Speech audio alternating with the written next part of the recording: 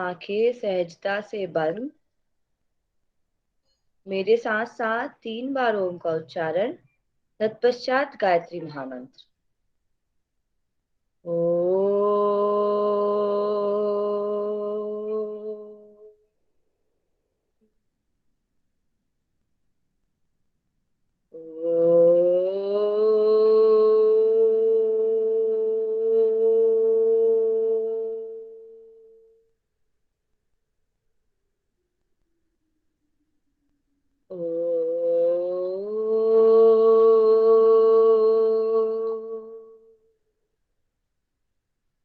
ॐ भूर्भुवः स्वः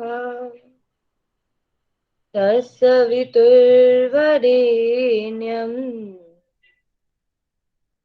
भर्गो देवस्य धीमहि धियो यो नः प्रचोदयात्। दोनों हाथों को रब करेंगे। अपनी आंख में रखेंगे, आंखों को सहजता से खोलेंगे। ठीक है, आज की क्लास में बहुत बहुत स्वागत है। आज हम आगे का रिस्पिरेटरी सिस्टम स्टार्ट करेंगे। उसके पहले मैं आपसे कुछ क्वेश्चन पूछना चाहती हूँ, ठीक है, आप लोगों से। और अगर मुझसे प्रेजेंट ना हो स्क्रीन, वैसे तो मैं कोशिश कर रही हूँ, ना होए तो आप लोग कोई प्रेजेंट कर देना, ठीक है। चलो, तो आप लोगों ने जैसे बोला कि आप पढ़ के आए हो, एडमिट कर दो। आदित्य, वहां से एडमिट कर दो। मैं स्क्रीन यस यहाँ मैम। पर एक स्क्रीन ओपन करी, तो आप वहां से एडमिट कर दो जो भी आ रहे हैं, ठीक है। आप और लोमस जी दोनों को होस्ट बना दी हूँ आप लोग को, आप लोग एडमिट कर देंगे।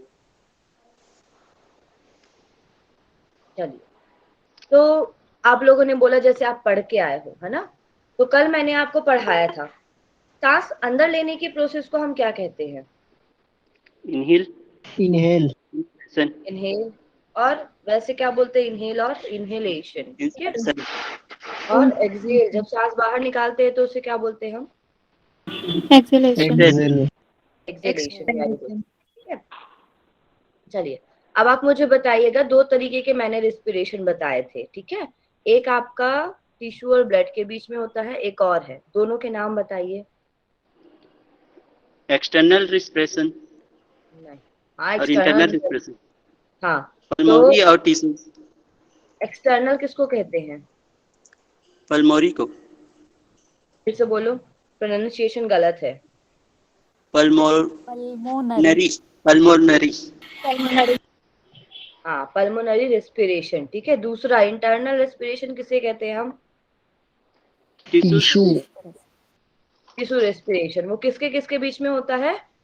टिश्यू और ब्लड के बीच में होता है, ठीक है। तो हम क्या कहते हैं, क्या कहते हैं भाई? Tissue internal. Respiration. Internal respiration, tissue और इंटरनल ब्लड के बीच रिस्पिरेशन। में, ठीक है। चलिए, अब आप मुझे बताइएगा, हमें मैंने आप लोग को चार साइनस बताए थे, चारों साइनस के नाम बताइए। और वो चारों साइनस को क्या कहते हैं हम, जो हमारे फेस में पाया जाता है, उसका नाम क्या है पहले बताओ। फ्रंटल साइनस और एक है पैरासाइनस मैम। पैरानेजल साइनस बोलते हैं, उनमें से फ्रंटल साइनस एक है, दूसरा इथिमाइड, स्फेनॉइड, फ्रंटल और मैक्सिलरी साइनस। वेरी गुड, ठीक है। चलिए, इन, अब मैं इन आपको, चारों का। हाँ, चारों को एक साथ हम पैरानेजल साइनस कहते हैं, जिसमें आपका इथेमॉइड, स्फेनॉइड, फ्रंटल और मैक्सिलरी आता है, ठीक है। चारों को एक साथ मिला के हम पैरानेजल साइनस कहते हैं, ठीक है। चलिए, अब मुझे बताइए आप, हमारा रेस्पिरेटरी सिस्टम आगे होता है या डाइजेस्टिव सिस्टम आगे होता है? बताइए। डाइजेस्टिव आगे। डाइजेस्टिव। मारू मुक्का, वहां पर हो तो तेज। रेस्पिरेटरी आगे होता है, फिर रेस्पिरेटरी डाइजेस्टिव आगे होता रहता है। है। अगर ऑफलाइन पढ़ा रहे थे तो सही में एक लगा दी।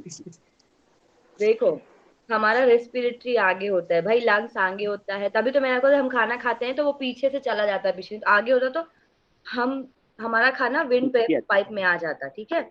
अब बताओ, तीन, हाँ, बड़ा मजा आ रहा संगीता को, ठीक है संगीत।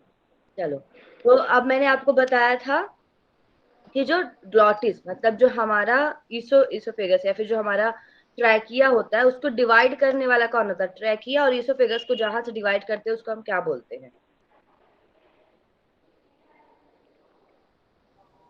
क्या बोलते हैं? नेक्स्ट है क्या?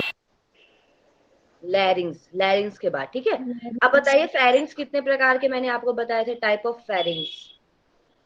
3 कौन कौन से हैं? नेजोफेरिंग्स और ओरोफेरिंग्स और लेरिंजोफेरिंग्स। हाँ ठीक है, these are type of pharynx, ठीक है। लैरिंजियोफेरिंग्स से ये होता है। अब मुझे बताओ वॉइस बॉक्स किसको कहते हैं? लैरिंग्स। लैरिंग्स को, ठीक है। ग्लॉटिस, जिसको हम, ग्लॉटिस मतलब ट्रैकिया के ऊपर होता है, उसको ढकने वाले को हम क्या कहते हैं? जिससे वो ढक जाता है, इस तरीके से ग्लॉटिस है। आप लोगों ने, हाँ, आप लोगों ने घटपर्णी पढ़ा होगा स्कूल में। वो पौधा होता है ना, जैसे ही कीड़े मकोड़े आते हैं खुला रहता है, ऐसे रहता है, फिर बंद हो जाता है, कीड़े मकोड़े अंदर घुसे, देखा है आपने? यस देखे मैम। मैम, साइंस में है। यस मैम, वो प्लांट है, नाम याद नहीं आ रहा है। हाँ, घटपर्णी बोलते हैं उसको, ठीक है। घट पर नहीं बोलते। हाँ, तो वैसे ही जब हम खाना खाते हैं तो हमारे ट्रैकिया को एपिग्लोटिस बंद कर देता है, ठीक है, जिससे कि खाना कहाँ ना जाए, कहाँ ना लंग्स जाए, ट्रैकिया में। या ट्रैकिया में। और खाना को जाना कहाँ चाहिए? Oesophagus, oesophagus. ईसोफेगस, जिसको हम फूड पाइप कहते हैं, ठीक है। चलिए अब हम आगे पढ़ेंगे। मेरी स्क्रीन बताना प्रेजेंट हो रही है? Yes sorry ma'am. Ma'am. Yes जी मैम। मैम। चलिए अब हम आगे पढ़ेंगे लंग्स के बारे में। मैंने आप लोग को ट्रैकिया बता दिया, ब्रोंकाई बता दिया, सब कुछ, ठीक है। चलिए मुझे एक चीज और बताइए, ट्रैकिया कौन से नंबर के वर्टिब्रे से डिवाइड होती है 2 पार्ट्स में? पांचवे 5 नंबर पे। पांचवें नंबर से। 5वें नंबर से, ठीक 5वें है। नंबर चलिए पे। Very good. अब हम पढ़ने जा रहे हैं लंग्स के बारे में। तो ये संख्या में 2 है, लेफ्ट लंग और राइट लंग, ठीक है। ये आपका लेफ्ट लंग है और एक राइट लंग है। लेफ्ट लंग में हार्ट होता है यहाँ पर आपका, ठीक है। ये आपका हार्ट होता है। देखिए एनाटॉमिकली हार्ट का ऐसा सिंबल बिल्कुल नहीं होता, वो हम लोगों ने बना बना के दिल को ऐसे बना दिया है, होता किसी और तरीके का है, ठीक है वो। तो फिलहाल के लिए अंडरस्टैंडिंग के लिए ये हमारा हार्ट है, तो ये हमारा लेफ्ट लंग है, ये हमारा राइट लंग, ठीक है। देखो, तो संख्या में 2 होते हैं लंग्स हमारे, लेफ्ट साइड और राइट साइड। अब होता है मीडिया स्टर्नम, तो जो दोनों फेफड़ों को अलग करती है उसको हम बोलते हैं मीडिया स्टर्नम। अब इसको मीडिया स्टर्नम क्यों बोलते हैं भाई, जल्दी बताइए, क्यों बोलते हैं? बीच में होता है।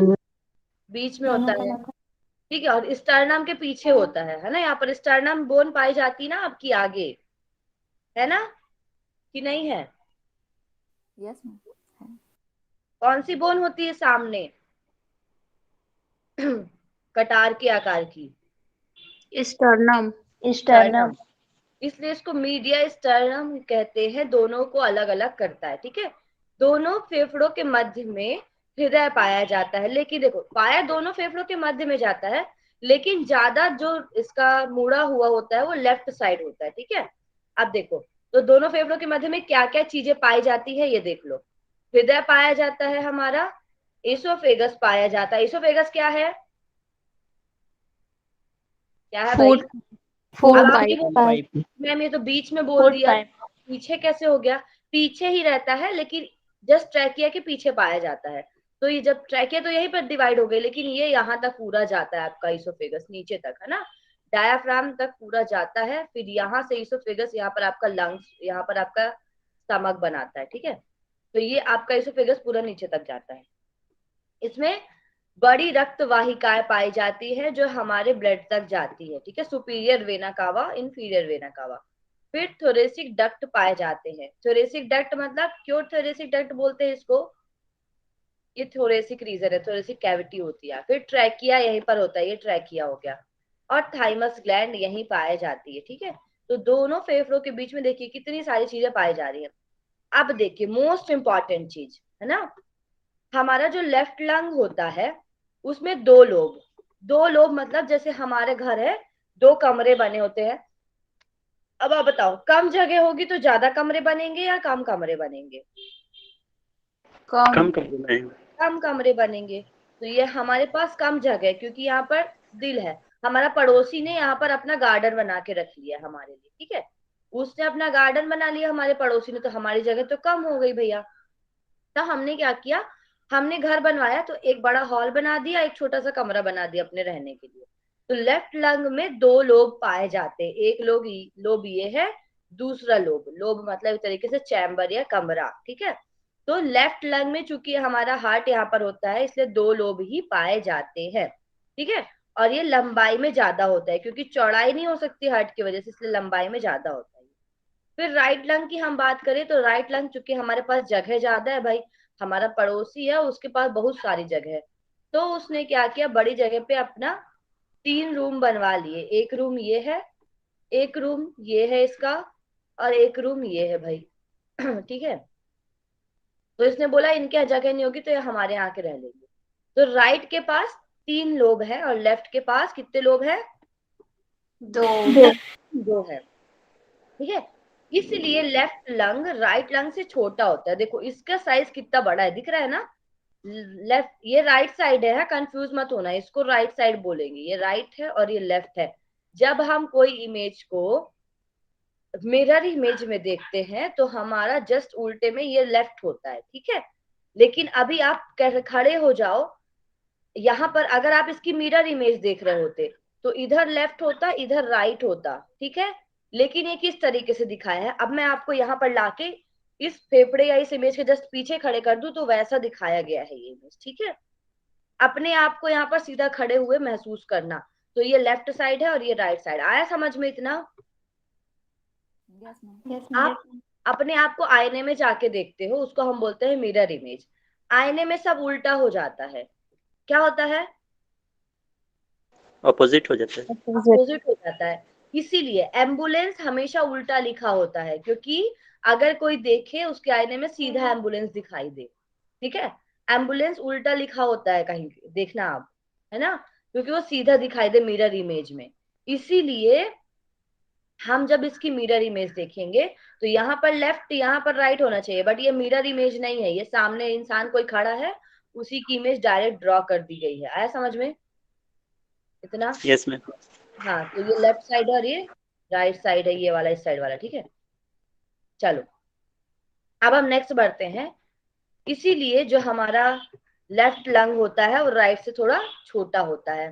दूसरा, फेफड़ों के चारों तरफ एक मेम्ब्रेन पाई जाती है जो कि फेफड़ों को सुरक्षा प्रदान करती है। इसको हम बोलते हैं प्लूरा। क्या बोलते हैं?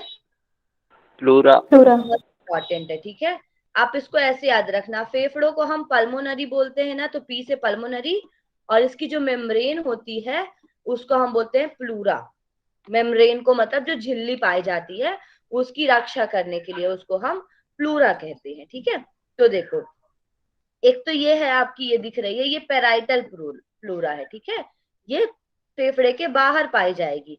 और ये दूसरा जो है ये विसरल प्लूरा है, ठीक है। दिख रहा है ना, पेराइटल और विसरल, 2 तरीके के प्लूरा यहाँ पर दिख रहे हैं आपको। अब मैं आपको बताऊंगी।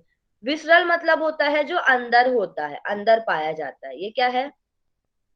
अंदर। विसरल मतलब आंतरिक अंग या फिर अंदर के लिए यूज किया जाता है। तो जो अंदर पाया जाता है मेम्ब्रेन उसको हम विसरल प्लूरा कहते हैं, जो बाहर पाई जाती है उसको हम पेराइटल प्लूरा कहते हैं। अब इन दोनों के बीच को हम प्लूरल स्पेस कहते हैं, ठीक है।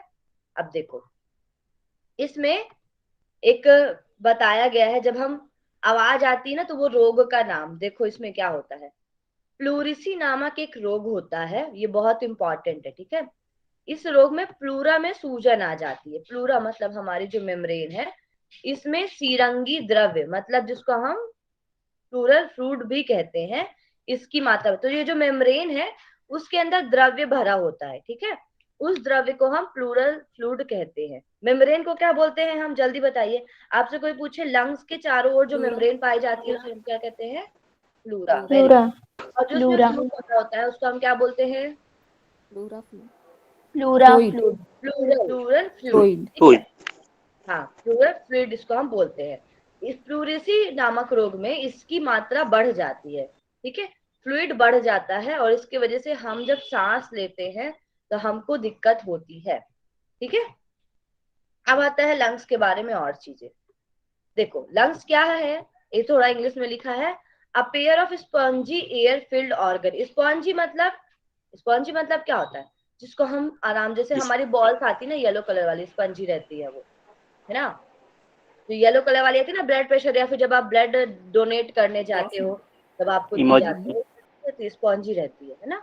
तो spongy air filled organ of lower respiratory tract. अब देखो, अब एक और इम्पॉर्टेंट चीज मैं आपको बताऊं, ये पूरा आपका रेस्पिरेटरी ट्रैक जो है वो कहाँ से स्टार्ट होता है, आपके नाक से स्टार्ट होता है। क्यों? क्योंकि हम सांस कहाँ से लेते हैं, नाक नाक से लेते हैं। तो नाक से ट्रैकिया तक का जो पार्ट है इसको हम अपर रेस्पिरेटरी ट्रैक कहते हैं, या फिर फेरिंग्स तक का पार्ट, इसको हम क्या बोलेंगे, अपर रेस्पिरेटरी ट्रैक। ठीक है। लोअर मतलब जो थोड़ा नीचे गहराई में है। तो लंग कहाँ पर है भाई, बहुत नीचे ना, जब नाक यहाँ से स्टार्ट हुई, फिर इतना दूर आया, फिर इतना दूर यहाँ पर लंग से हमारा, है ना। तो ये क्या होएगा हमारा, लोअर रेस्पिरेटरी ट्रैक में पाया जाता है। इसकी लोकेशन बताएगी कहाँ रहता है। तो लंग्स कहाँ रहता है, with in thoracic cavity. Thoracic cavity कौन सी है बताओ जल्दी, जल्दी बताओ, बताओ भाई। गले के ये जो निकला रहता है सामने। मारो मुझे, मारो कोई मारो। कहाँ रहती थी थोरेसिक कैविटी, मैम जहाँ पे लंग्स और हार्ट हार्ट जो होता है वही तो थोरेसिक कैविटी है। हाँ बोलो ना भाई, बोलते नहीं है आप लोग। तो वहीं पे थोरेसिक कैविटी पाई जाती, कितना कंफ्यूजन। ठीक है चलो, तो आपकी थोरेसिक कैविटी का जहाँ लंग्स पाया जाता है, तो लंग की लोकेशन बता रहे हैं। अब मैं आपसे पूछूं, ठीक है आदित्य अपने घर का एड्रेस बताओ, मैं नहीं आऊंगी चिंता मत करो, अपने घर का एड्रेस बताओ कहाँ रहते हो। Please ma'am please, most welcome. नहीं बताओ कहाँ रहते हो, अरे एड्रेस बताओ, ये पूछ रही हूँ। बावकुटी सारंगढ़, वार्ड क्रमांक 5, बावकुटी सारंगढ़, हाँ ठीक है, मकान तुमने अपना नंबर एड्रेस बताया। हाँ 145। समझ ठीक है। अब मैं पूछूंगी किसी से जाके महर्षि यूनिवर्सिटी में, आदित्य का घर कहाँ है ना। तो वो बताएंगे भाई, वो रिकॉर्ड निकालेंगे अपना, बताएंगे यहाँ पर इसका घर है। वैसे ही हमारे शरीर में अलग अलग लोग रहते हैं, हार्ट रहता है, लंग रहता है, किडनी रहता है। अब उसका घर तो पूछना पड़ेगा ना भाई कहाँ है, हमको जाना पड़ेगा। अब बाहर से कोई मटेरियल आएगा जाने के लिए, एयर आई, मान लीजिए मेरे से पूछे मीनाक्षी लंग्स का घर कहाँ पर है, तो मैं बताऊंगी ना। तो लंग्स की लोकेशन बता रही हूँ मैं कि वो कहाँ रहता है। ठीक है, तो लंग अपना लोकेशन बता रहा है कि मैं थोरेसिक कैविटी नामक एक जगह है, स्ट्रीट का नाम है थोरेसिक कैविटी। ठीक है, उस स्ट्रीट में रहता हूँ। ठीक है, मेरे स्ट्रीट में अंदर हमारे घर में हार्ट नामक एक दादाजी रहते हैं। ठीक है, और हमारे घर के चारों ओर जो बाउंड्री है उसको हम बोलते हैं रिब्स। तो कहाँ रहता है लंग्स हमारा, थोरेसिक कैविटी में रहता है। इसके अंदर हार्ट मतलब इसके इनसाइड हार्ट पाया जाता है, और ये विद इन रिब्स रहता है। रिब्स मतलब ये यहाँ पर हमारी पसलियां पाई जाती है, तो पसलियां इसके बॉर्डर है घर के। ठीक है, इसको बचा के रख रहे हैं बाकी लोगों से। समझ में आया? जी मैम। यस है? तो ये हो गया हमारा लोकेशन लंग्स का। अब आता है हमारा शेप। तो ये कोन शेप्ड होता है, ठीक है, शंकु आकार का होता है ये हमारा लंग्स, कोन शेप्ड। इसका वेट 1.3 केजी होता है। कितना होता है? 1.3 kg। 1.3 केजी। ठीक है, 1.25 किलो। हाँ 1.25 किलो। सोचो कितना बर्डन झेलता है बेचारा लंग हमारा, हमारा शरीर मतलब ना। चलो, अब इसके बाद आते हैं हम राइट लंग और लेफ्ट लंग को डिफरेंशिएट कर रहे हैं, डिफरेंस बिटवीन राइट और लेफ्ट लंग। तो राइट लंग में कितने लोब हैं? 3। 3 लोग। लेफ्ट में 2 है। क्योंकि अब ये 3 लोब है तो भाई हैवी भी होगा ये, तो ये हैवी रहता है। ये 450 ग्राम समथिंग रहता है, ये 400 ग्राम समथिंग रहता है। ठीक है, समथिंग समथिंग बता रहा है। ठीक है, हाँ। अब ये चौड़ा होता है लेकिन छोटा होता है। देखो ये छोटा है, ये थोड़ा लंबाई में ज्यादा गया है। देखो ये यहाँ पर ही एंड हो गया। ठीक है, अब ये थोड़ा नीचे तक गया है यहाँ पर, है ना। तो ये छोटा होता है और मोटा होता है, छोटा और मोटा है ये। ठीक है, ये लंबा है और पतला है। ये कफ प्रवृत्ति वाला इंसान है जो बहुत खाता पीता है, ये वात प्रवृत्ति वाला इंसान जो कम खाता पीता है। ठीक है, क्योंकि उसको अपने घर के बारे में भी सोचना पड़ता है बेचारे को, उसके घर के बगल में इसका दिल रहता है, तो उसको सोचना पड़ता है उसके बारे में। अब देखो, ये शॉर्टर और वाइडर होता है, ये लॉन्गर और हैवियर होता है, इस ये वाला, ठीक है। लॉन्गर और हैवियर नहीं होना चाहिए, यहाँ पर लॉन्गर होना चाहिए और इसका वेट थोड़ा वो होना चाहिए, ठीक है। अब देखो, जो हमारा राइट लोब है उसको दो फिशर, मतलब हमारे घर में दीवार है ना, उसको हम फिशर कहते हैं। एक कमरा ये है, एक कमरा ये है, एक कमरा ये, तीन कमरे हैं, एक दो तीन। इन तीन कमरों को डिवाइड करने के लिए दो दीवार खड़ी है, एक दीवार ये है, ठीक है, और दूसरी दीवार ये है, आपकी दिख रही दीवार। Yes ma'am. Yes ma'am. तो एक कमरे को ये डिवाइड करिए, जब तो ये कितनी दीवार हो गई टोटल? 2 3 दो 2 दीवार है। तीन कमरे के बीच में कितनी दीवार बनेगी? 2 डिवाइड 2 कर दो, ठीक है। तो दो लोब्स को डिवाइड करते हैं, उसको हम फिशर कहते हैं, ठीक है। अब दो फिशर्स पाए जाते हैं, आगे नाम बताऊंगी। अब देखो, इसमें तीन लोब होते हैं, तो सबसे ऊपर वाले लोब को हम सुपीरियर कहते हैं, बीच वाले को मिडिल कहते हैं और नीचे वाले को इंफीरियर लोब कहते हैं। आया समझ में? Yes ma'am. ठीक है। Yes ma'am. अब देखो, हमारा जो लेफ्ट लंग होता है वहां पर कार्डियक नोच पाया जाता है। नोच मतलब स्पेस होता है। कार्डियक किसके लिए यूज किया जाता है? हार्ट के लिए। आर्ट के लिए। हार्ट के लिए। तो कार्डियक नोच पाया जाता है, ये स्पेस होता है, यहाँ पर आपका हार्ट रहता है, ठीक है। इसी वजह से ये केवल टू पार्ट्स में डिवाइड होता है, एक अपर लोब, एक लोअर लोब। यहाँ पर मिडिल लोब नहीं होता, दो ही लोब पाए जाते हैं, ठीक है। अब देखिए, अब हम बात करने जा रहे हैं कौन कौन सी मसल सबसे इंपॉर्टेंट आपके प्रैक्टिस के लिए। आपसे कोई पूछे प्राणायाम करने के समय कौन कौन सी मसल काम आती है, प्राणायाम जब हम करते हैं तो कौन सी मसल एक साथ काम करती है, तो दिस इज वेरी इंपॉर्टेंट। अगर आपसे कोई क्वेश्चन पूछे प्रैक्टिकल के लिए भी बहुत इंपॉर्टेंट है ये, ठीक है। तो इसको देखिएगा, मसल ऑफ रेस्पिरेशन मतलब हमारे श्वसन में जो मसल काम आती है वो कौन कौन सी है, ठीक है। तो पहला होता है, पहले ही मैंने आप लोग को बताया था, रिब के पास कॉस्टल कार्टिलेजेस पाए जाते हैं, ठीक है। तो देखो, यहाँ पर जो अंदर की मसल होती है, ठीक है, उसको हम बोलते हैं इंटरकॉस्टल मसल। बाहर की मसल होती है उसको हम एक्सटर्नल कॉस्टल मसल कहते हैं, और नीचे होता है डायाफ्राम। अब मैं आपको बताती हूँ इसको। देखो, सबसे पहले ये आपका क्या है? रिब केज है। क्या है ये? Rib cage. केज है, ये रिब्स है आपके, ठीक है, दिख रहा है ना, दिस इज योर रिब्स, ठीक है। इसके बाद ये है आपका स्टर्नम। अब हम एक्सटर्नल से जाते हैं, ठीक है। देखो, एक्सटर्नल मतलब आपके रिब्स में जो सबसे बाहर पाई जाती है, ठीक है, इसको हम बोलते हैं एक्सटर्नल कॉस्टल मसल, ठीक है। ये एक्सटर्नल है। उसके थोड़ा अंदर जो पाई जाएगी उसको हम बोले, यहाँ पे तीन मसल्स हैं, देखो, एक दो और तीन मसल्स दिख रही, थोड़ा कलर में देखना, आपको समझ में आएगा, ठीक है। Yes ma'am. देखो, तीन कलर है, एक ये है थोड़ा, ये थोड़ा कम डार्क है, ये ज्यादा डार्क है, ये उससे भी डार्क है। तीन मसल्स दिख रही हैं। तो सबसे बाहर की जो होती है उसको हम बोलते हैं एक्सटर्नल कॉस्टल मसल, ठीक है। अब देखो, एक सिंगल मसल रहेगी और आपके लंग्स रहेंगे तो उसको प्रोटेक्ट नहीं कर पाएगी, इसलिए तीन तीन मसल जरूरी होती है अंदर रहना। तो एक्सटर्नल कॉस्टल मसल क्या करती है?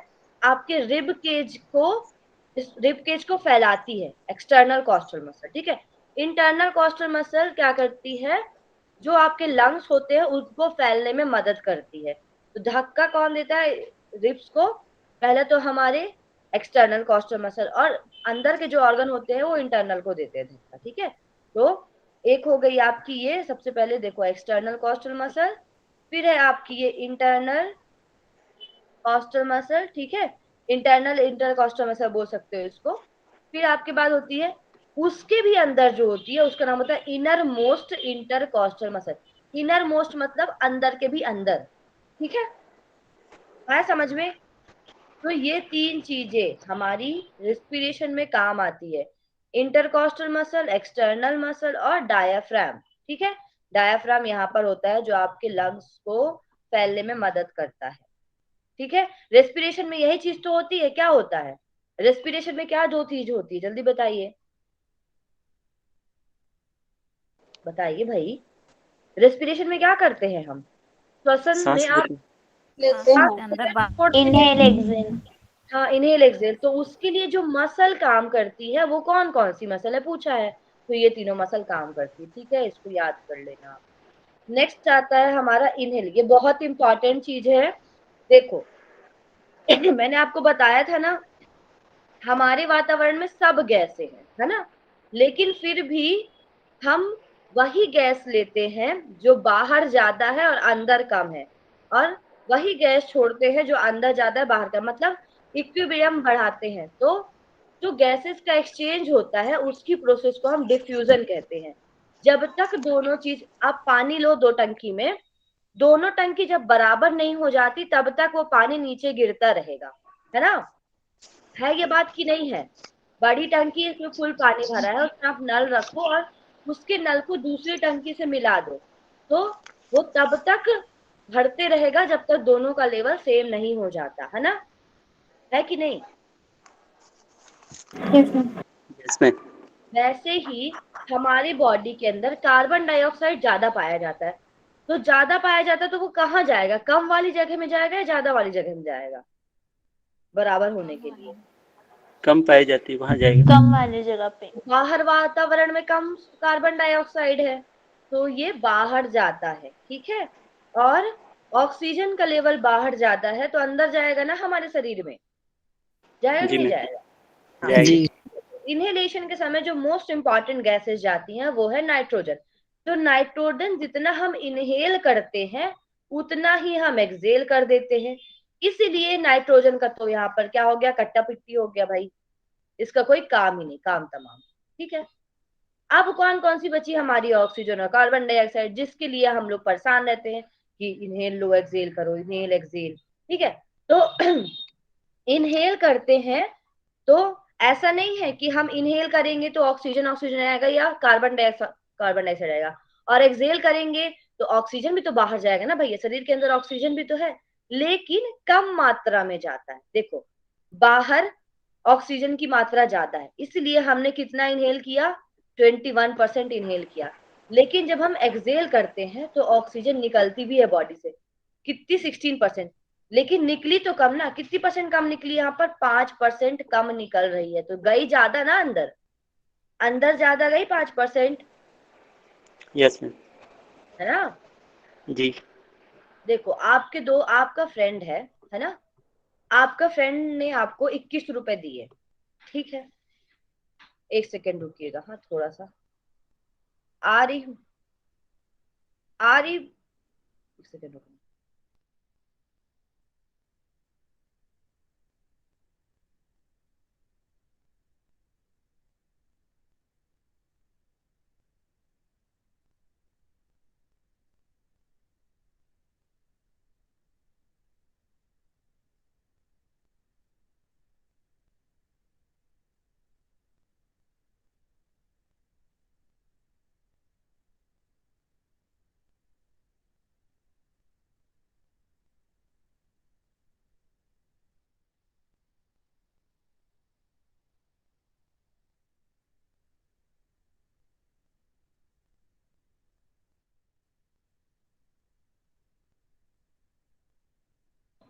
हेलो, मेरी आवाज आ रही है आप लोगों तक? यस जी मैम। Okay, yes ma'am. चलिए। तो मान लीजिए आपका एक फ्रेंड है, उसने आपको बोला भाई देख, मैं बाहर गया था फॉरेन, मैंने ना 21 रुपए लेके आए हैं। फॉरेन में डॉलर, डॉलर और रुपीस में कितना अंतर है बताओ? 1 रुपए और 1 डॉलर में कितने का अंतर हुआ? 80 के आसपास होगा मैम। है ना, 74 रुपीज। है ना। तो वो 1 डॉलर ज्यादा है या 1 रुपए ज्यादा हुआ? $1। $1। 1 डॉलर ज्यादा हुआ, है ना।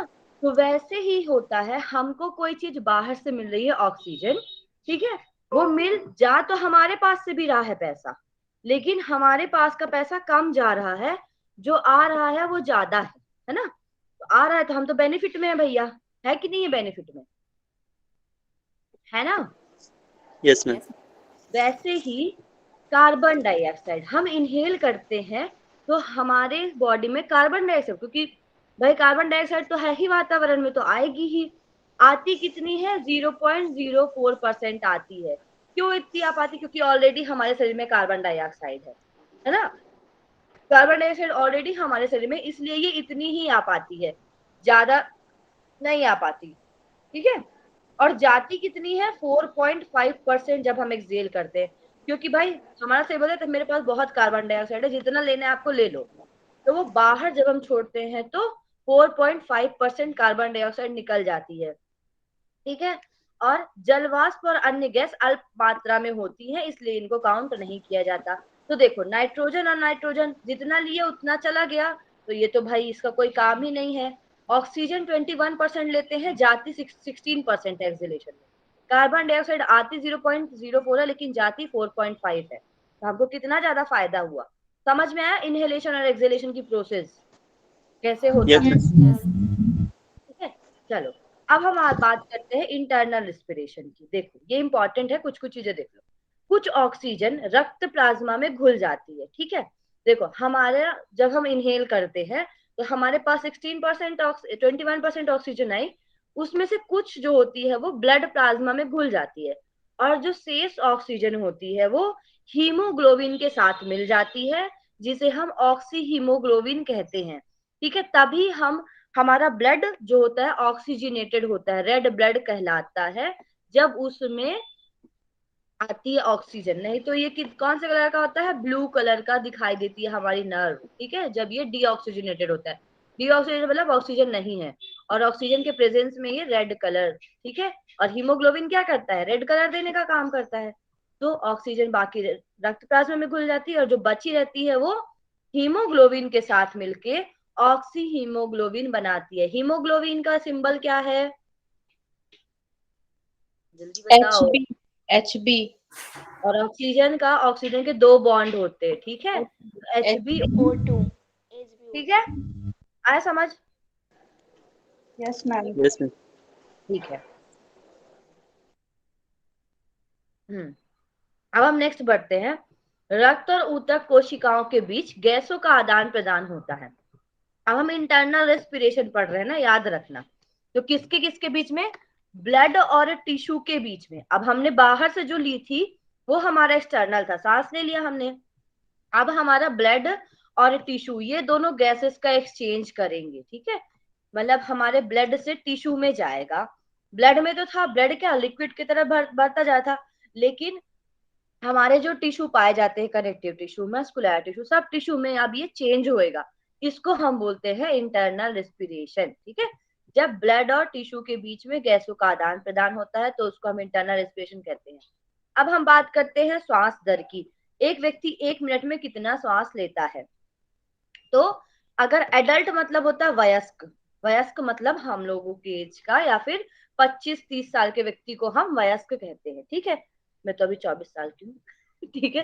तो एडल्ट किसे कहते हैं हम? जो 16 से 20 साल के बीच में, सॉरी 16 से 20 साल बोल रही हूँ, जिनकी दर जो होती है वो 16 से 20 पर मिनट होती है। समझ में आया इतना? एक सेकेंड। हेलो। यस। मतलब जब आप श्वास लोगे ना तो आप 1 मिनट में 16 से 20 बार इनहेल और एक्सहेल, केवल ये इनहेल की बात नहीं कर रहा है, ये इनहेल और एक्सहेल दोनों की बात कर रहा है मिला के। मैं इनहेल करी, ये सब मिला के 1 मिनट में 16 से 20 बार होता है। ठीक है। समझ में आया? और बच्चों में यही जी 25 से 40 होता है। अब आप बताओ, आप लोग के घर में बच्चे होंगे, नहीं होंगे तब भी बताओ। ठीक है। बच्चे होंगे, बच्चे सोते हैं, उनका पेट आप देखो कितनी जल्दी ऊपर नीचे होता है। देखते हैं आप लोग? देखे कभी छोटा बच्चा Yes, ma'am. 3-4 यस महीने मैम। Yes ma'am. है ना, वो क्या करता है? एब्डोमिनल ब्रीदिंग करता है। इतनी, इसीलिए उसको नींद ज्यादा आती है। एब्डोमिनल ब्रीदिंग करके वो इतना थक जाता है कि उसको नींद आने लग जाती है। ठीक है। हम लोग को देखो, हमको नींद नहीं आती। जिसको आप देखना इंसोम्निया की जिसको प्रॉब्लम है, जिसको नींद नहीं आती, आप उसको ये बोलना कि 10 दिन ये प्रैक्टिस करें, मैं आपको गारंटी देती हूँ वो सो जाएगा इंसान। देखो आप उनको बोलना आप बिस्तर में सो जाओ, सांस लो और पेट तक भरो। हम क्या करते हैं? हम चेस्ट ब्रीदिंग करते हैं, हमारे चेस्ट तक ही जाती है, लेकिन बच्चा एब्डोमिनल मतलब पेट तक पूरी सांस उसकी जाती है, फिर आती बाहर निकल के, फिर पेट तक जाती है, इसलिए पेट ऊपर नीचे होता है। आप किसी को बोलो कि आप एब्डोमिनल ब्रीदिंग करिए, ठीक है, आप उनको बोलो आप सो जाओ और सांस लो, आपको नींद नहीं आ रही है, आप सांस लो, पेट तक भरो फिर छोड़ो। ऐसे आप 20 बार कंटिन्यू करोगे तो आपको नींद आ जाएगी, क्योंकि थक जाएगा इंसान और उसको नींद आने लग जाएगी। ठीक है, तो अब जो बच्चों की दर होती है वो कितनी होती है, 25 से 40 होती है, और जो एडल्ट्स की होती है वो 16 से 20 होती है। अब देखो, स्त्रियों में पुरुषों की अपेक्षा श्वसन दर कुछ अधिक होती है। ठीक है, इनका दर दर की बात करें, केवल रेट की, है ना, तो फीमेल्स में ये ज्यादा होता है, पुरुषों में भी होता है, जनरली पुरुषों में देखते हैं अपन, बट ये फीमेल्स में ज्यादा, क्योंकि अपन देखते हैं घर का काम कर रही होती है या कुछ, तो उनके में ज्यादा पाई जाती है। ठीक है, अब जो अधिक श्रम दौड़ करते हैं उनकी श्वसन दर ज्यादा होती है। शारीरिक श्रम के समय जब हम कभी फिजिकल एक्टिविटीज करते हैं तो श्वसन दर बढ़ती है, क्योंकि उस समय ऊतकों और कोशों को अधिक ऊर्जा के लिए अधिक मात्रा में ऑक्सीजन की आवश्यकता होती है। अब आप देखो, आप कार्डियो कर रहे हो या जुम्बा कर रहे हो या कोई एक्सरसाइज कर रहे हो, योग को छोड़ के, अब बताओ मुझे कोई भी योग और एक्सरसाइज में डिफरेंस क्या है? Tell me the difference between yoga and exercise. Yoga में श्वास पर ध्यान दिया जाता है, एक्सरसाइज में नहीं दिया जाता। ठीक है, और योग में हम थकते नहीं है, जिस योग में हम थकने लग जाए ना वो योग नहीं, वो एक्सरसाइज है। इसलिए योग में सूक्ष्म व्यायाम कराया जाता है आपको। ठीक है, हमारी मसल को रिलैक्स कराया जाता है, एक्सरसाइज में मसल को स्ट्रांग कराया जाता है। ठीक है, तो हम थकते हैं जब भी, तो हमारे जो टिश्यूज होते हैं वो क्या, उनको ज्यादा ऑक्सीजन चाहिए होती है, वो ज्यादा ऑक्सीजन की नीड करते हैं। योग में हम ऑक्सीजन को क्या करते हैं, एक नियमित बैलेंस रूप से बनाने की कोशिश करते हैं। एक्सरसाइज में हमको और नीड होती है ऑक्सीजन की, इसलिए हम जल्दी एग्जॉस्ट फील करते हैं। ठीक है, तो क्या होता है, ऊतकों को ऑक्सीजन चाहिए होती है, इसलिए हम जब शारीरिक श्रम करते हैं तो ऑक्सीजन की मात्रा ज्यादा होती है। लेकिन जब हम रेस्ट स्टेट में होते हैं तो फिर से हमारी जो श्वसन दर है वो सामान्य हो जाती है। ठीक है, अब हम आते हैं मोस्ट इंपॉर्टेंट चीज, फेफड़ों की कुल वायु धारिता। कुल वायु धारिता मतलब फेफड़े कितना ज्यादा वायु ले सकते हैं, उसको हम बोलते हैं कुल वायु धारिता। अब बताओ, फीमेल्स में मैंने आपको बताया था श्वसन दर ज्यादा होती है, वो काम करती है तो जल्दी जल्दी, लेकिन मेल में कम होती है, क्योंकि उनके अंदर वायु लेने की क्षमता ज्यादा पाई जाती है, उनके चेस्ट वाइडर होते हैं, उनका लंग्स बड़ा होता है फीमेल मेल्स का। ठीक है, लंग्स वाइडर होते हैं मेल्स के, इसीलिए मेल में वायु धारिता ज्यादा होती है और श्वसन दर कम होता है।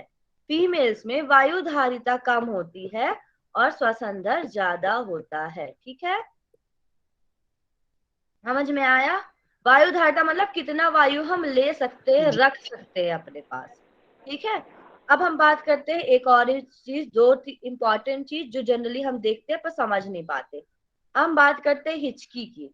ठीक है, मैंने आपको बताया बेटा, हम जब क्या करते हैं, जब डायाफ्राम अचानक से सिकुड़ता है, ठीक है, ये डायाफ्राम है, ये डायाफ्राम आपको दिख रहा है। ठीक है, जब डायाफ्राम अचानक से सिकुड़ता है तो वायु इतनी शीघ्रता से अंदर जाती है कि एपिग्लोटिस, जो हमारा एपिग्लोटिस मैंने बताया था ना, वो झटके के साथ बंद हो जाता है, जिसके परिणाम स्वरूप हिचकी की ध्वनि आती है। देखो, हमारा डायाफ्राम का काम ही है सिकुड़ना और फैलना, लेकिन जब वो अचानक से सिकुड़ जाए, जब आप बहुत ज्यादा सांस छोड़ दिए हो कहीं पर या कुछ, और अचानक से, एक तो रीजन ये होता है, एक मैंने आपको उस दिन बताया था कि खाना, फूड पाइप वाला खाना वेंट पाइप में चल जाए। ठीक है, तो वायु बहुत तेजी से अंदर की ओर जाती है, और वायु जब अंदर गई बहुत तेज से, तो हमारा एपिग्लोटिस जो ट्रैकिया को ढकने का काम करता है वो बहुत तेज से बंद होता है, और जब वो बहुत तेज से बंद होता है तो हमें हिचकी आना शुरू होती है। ठीक है, जब हमारा डायफ्राम अचानक सिकुड़ता है, तो ये तो एक चीज हो गया। दूसरा होता है खराटे लेना, है ना, खराटे भी बहुत लो लेते हैं, भयानक भयानक लेते हैं। तो देखो, निद्रा के दौरान जब गले की पेशियां रिलैक्स हो जाती है और सॉफ्ट पैलेट कोमल तालु के ढीले ऊतक एवं कलकस आंशिक रूप से ऊपर वायु को अवरुद्ध कर देते हैं, तो खराटे, देखो हमारे गले में मसल्स पाई जाती हैं। ठीक है, वो मसल पूरी तरीके से रिलैक्स हो जाती है, और हमारे जो सॉफ्ट पैलेट है, सॉफ्ट पैलेट मतलब जो मैंने आपको बताया था तालू, आगे का तालू और पीछे का तालू, वहां पर मैंने आपको एक बोन बताई थी, कौन सी बोन थी, जल्दी बताइए, जल्दी बताओ। फेशियल बोन में एक बोन का नाम बताई थी पी से, पैलेटाइन, याद है? पैलेटाइन। Yes ma'am. वहां पर जो छिद्र होते हैं वो अवरुद्ध हो जाते हैं, तब हमें खराटे आने लगते हैं, ठीक है, उसको हम बोलते हैं खराटे। गले की पेशी रिलैक्स हो जाती है और नाक की अवरुद्ध हो जाती है तब। ये तो दो इंपॉर्टेंट चीज ऐसी, ये आपको पूछा नहीं जाएगा जनरली, लेकिन मैं आपको कुछ कुछ चीजें बता दे रही हूँ। अब देखिए, हम बात कर रहे हैं रेस्पिरेटरी यूनिट की, ठीक है। तो देखो, ब्रोंकाई और एल्वेलाई जो होती है, रेस्पिरेटरी यूनिट मतलब श्वसन की इकाई क्या है, ठीक है। क्या बात कर रहे हैं, जैसे हमारे बॉडी की क्या है इकाई, सेल। सेल है, वैसे ही हमारे श्वसन तंत्र की इकाई होती है, ठीक है। तो इसको हम क्या बोलते हैं, ब्रोंकियोल्स और alveoli are the respiratory units exchange. तो जनरली तो आपका एल्वलाई ही होता है मेन, लेकिन ब्रोंकियोल को भी कंसीडर कर लेते हैं लोग। ये दोनों बेसिक यूनिट होती हैं जहां पर O2 और CO2 एक्सचेंज होते हैं, ठीक है। इनको हम terminal portion of respiratory tract कहते हैं। टर्मिनल पोर्शन कहते हैं क्योंकि ये सबसे टर्मिनल मतलब सबसे लास्ट में होती है, ठीक है, टर्मिनल पोर्शन। रेस्पिरेटरी मेम्ब्रेन, इसको छोड़िए, ये नहीं है आपके काम का। अब देखिए मोस्ट इंपॉर्टेंट चीज, हमारा जो रेस्पिरेटरी ट्रैक है उसका काम क्या होता है। रेस्पिरेटरी ट्रैक मतलब हिंदी में क्या बोलेंगे, श्वसन नली, क्या बोलेंगे, श्वसन नली। ट्रैक में ऊपर से लेके आपके नाक से लेके आपके लंग्स तक जितना पूरा ट्रैक होता है उसको हम बोलते हैं रेस्पिरेटरी ट्रैक, ठीक है। अब इसका काम क्या होता है, पहला काम होता है गैस एक्सचेंज। ये कहां पर होता है जल्दी बताइए, अभी बताई थी मैं आप लोगों को, एल्वियोलाई। एल्वियोलाई। एल्वेलाई, ठीक एल्वेलाई। है। एल्वेलाई में गैस का एक्सचेंज होता है, तो पहला तो ये काम हो गया। दूसरा क्या करता है ये, warming and humidifying air. Nasal mucus में ब्लड वेसल्स पाई जाती हैं। एयर टेम्परेचर, देखो हम जब सांस लेते हैं, आप देखो जब ठंड होती है ना बाहर, आप जब कभी जाओगे ठंड में बाहर तो आपकी नाक सब जगह ठंडी होती कि नहीं होती है, यस मैम। यस। होती है ना, एकदम नाक सब जगह ठंडी हो जाएगी, लाल हो जाएगी, है ना। तो यहाँ पर क्या होता है, ये वार्मिंग का और ह्यूमिडिफाइंग एयर का काम करती है। हमारी नाक इन सब ठंडी एयर को एब्जॉर्ब करती है, इसमें म्यूकस ब्लड वेसल पाई जाती है। ये हमारे एयर टेम्परेचर को कंट्रोल करती है और अंदर मॉइस्चराइज देती है इसको, तब फिर अंदर जाके ये नॉर्मल होता है। नहीं तो जो लोग सुबह ठंड में घूमने जाते हैं भाई, वो लोग तो रोज सर्दी से परेशान रहे, ठीक है। लेकिन नाक क्या करती है, उसको ह्यूमिडिफाई करने का काम करती है, ह्यूमिडिटी देती है और वार्मिंग करने का काम करती है। नाक का ये काम हो गया। दूसरा क्या करती है नाक, ऑल्फेक्शन।